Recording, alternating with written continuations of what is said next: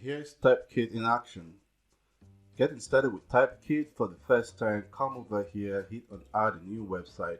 On add a new website, you're expected to provide your website URL and go ahead to select your default language, so whatever you want your website visitors to see as the default language to your website, you can go ahead and select that.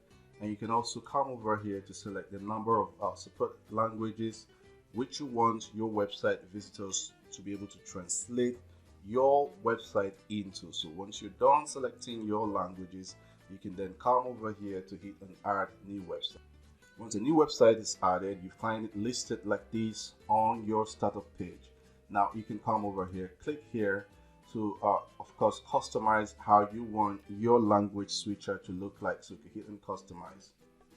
At this point, you can also go ahead, add some more languages if need arises. You can also adjust the position of your language switcher, just like you see it right here.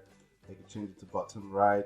I can also change it to my top center as well. I can also switch it to my bottom right, as we can see right there, as well as getting it to my top right.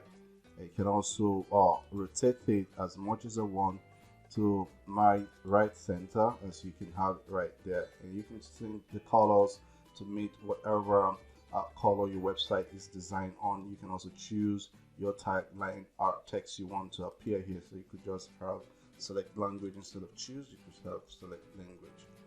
Alright, so hit and save and continue. Once you successfully get that done, you can then come over to the page overview.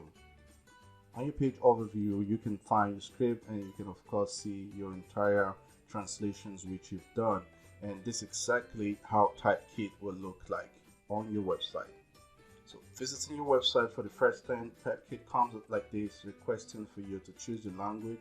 So whichever language I want to get this on, I could go ahead, select it. If I'm Arabic, I could go over set that, and it requires that I provide my name, so I could go ahead and set my name here, and it's going to remember me and render all my site into Arabic. So if I visit it the next time, I'm going to have all of this content right inside here, and it does not distort the styling of my website. So that's really how awesome it is to use TypeKIT to translate any of your website for your first time site visitors. So coming back to your TypeKIT dashboard and going over to your visitors, you can find the entire visitors which has been captured by TypeKIT. So right here we have our visitor right here showing that we captured right from TypeKIT. And you can always come back to your TypeKIT dashboard to edit or customize your language further.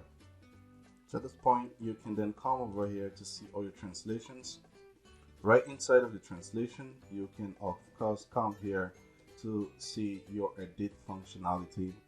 So right on your translate, you can also get to see all translatable text that our AI can also help you translate or suggest text which you can change your front end view into. So right here you can see all the text. So if I was to make some edits within my footer, if I have some errors within my footer, it could be copyright. So if I put it that way, I can also get to see content. I could want to change this, so I can then come over here, say edit. Here we have TypeKIT new flow. So if I change this now to TypeKIT app, I have it as TypeKIT app. If I hit and save changes, this is going to apply on my front end as well, so I don't have to pay any developer to edit my text for me. So coming back to the page right here, I want to go back and I'm selecting English. I hit and save. If you scroll down and hit to refresh this page, you're able to resolve this.